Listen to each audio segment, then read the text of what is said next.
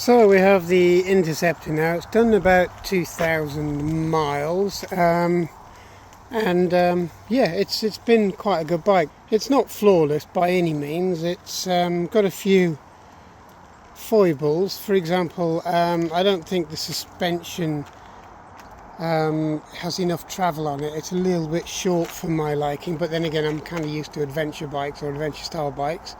Or big tourers, which this bike isn't either, and it's a little bizarre on its placement of its foot pegs, because they do stick out a lot, and also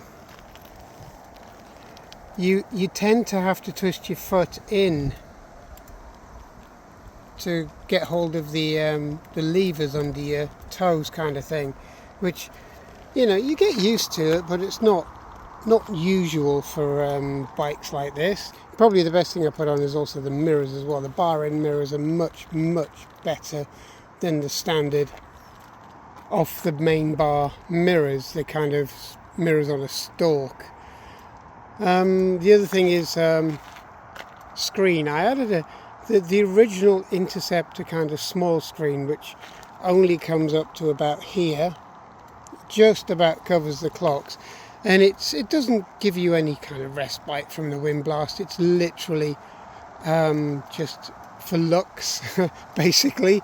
So I decided to invest in a bigger genuine Royal Enfield screen for one of these.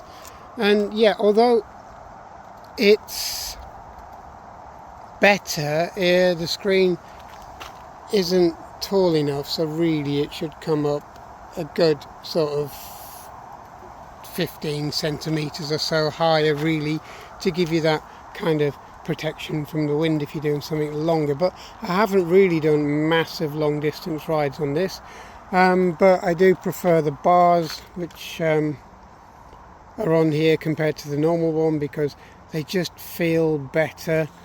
I'm a little bit kind of wondering whether they're gonna be kind of long lasting, or the chrome finish on them, because you can see tiny bits of, not pitting, but just where they've been manufactured. They're not 100% brilliant, you know, they're not in Honda's league, I don't think. The same goes for the chrome finish on the cap, etc., but the paintwork is a step above what most bike manufacturers are doing now, because there isn't any mottling in it, which is unusual for this kind of bike, or the bike in this kind of range. The panniers on the back, although relatively small, have become very useful, and yeah, they do get used a lot, but I'm wondering if possibly a set of hard panniers might be the way to go later, but I don't really intend riding this bike in the wet. So the tyres,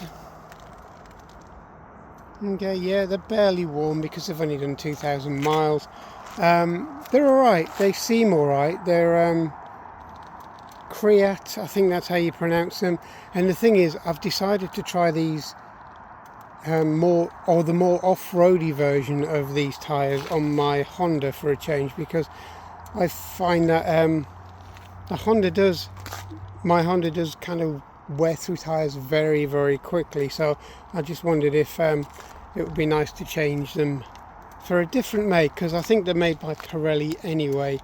So yeah, it's overall it's been a good bike. There's been a lot of mods on this bike. It's not by any way a standard machine.